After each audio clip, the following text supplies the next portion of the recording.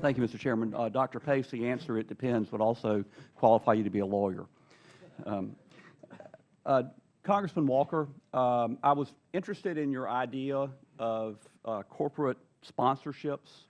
I'm kind of old-fashioned. I liked it when taxpayer built stadiums were named after our honored war dead instead of selling naming rights. And I just can't quite imagine that picture of Neil Armstrong and Buzz Aldrin on the moon, or Ed White walking in space in spacesuits that made them look like NASCAR drivers. So a part of me rebels at it in the first place. But second, I worry about the stability of the funding. We've heard a lot today about the need for stable funding and stable leadership at NASA.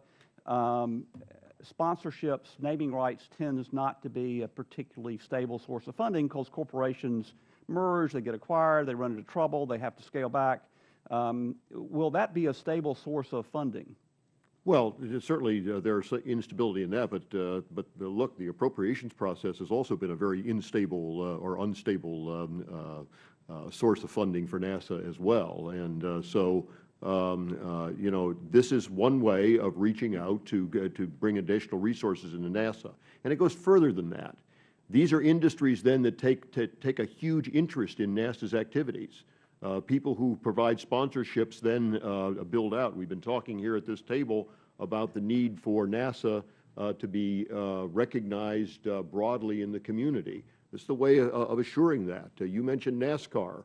The companies that provide those sponsorships take a huge interest in what happens in NASCAR, and particularly with the teams that they sponsor. And they are a part of expanding the acceptance of the NASCAR racing well beyond the day's activities on a Sunday at the racetrack. And so this is an opportunity for us to have an outreach that goes to people who actually then have some skin in the game.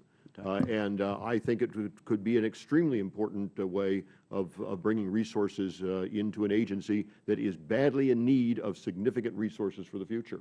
I want to make it clear I wasn't picking a fight with NASCAR. I'm from North Carolina. I didn't think you would. I didn't run for re-election, but I do want to be able to go out in public.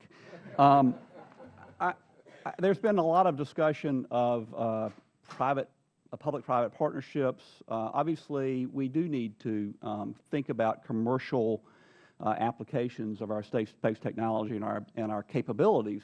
But I worry. We have had proposals, discussions in this committee of privatizing the National Weather Service, which is entirely built with taxpayer-funded research. It's a capability that has been entirely provided as a public service, built by taxpayer funding, and the proposals seem to be coming from a company that wanted to buy the National Weather Service, have monopoly power, and sell the data for a profit. Since there's not an active market in National Weather Services, pricing it seemed to be kind of hard, and the public the problem of having that information provided for a profit by somebody with monopoly power worried me. It struck me as what happened with the sale of state-owned enterprises in companies, industries as the Soviet Union dissolved to oligarchs. I want to make sure we're not taken. How do we make sure that we are not taken in these public-private partnerships, and that we aren't giving a monopoly power for something that perhaps should be provided as a government service?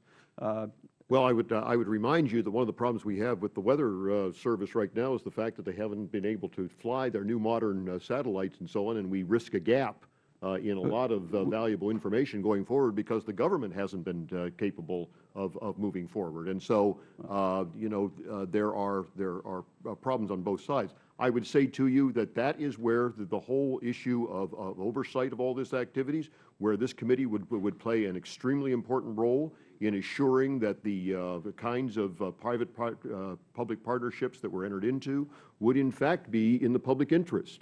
And there are a number of ways that you can write bills to assure that kind of activity. As I mentioned before, You can do it through an FFRDC kind of mechanism where the federal government remains actively involved in what those companies are doing, how those companies are doing their job, and in fact provides an annual stream of funding.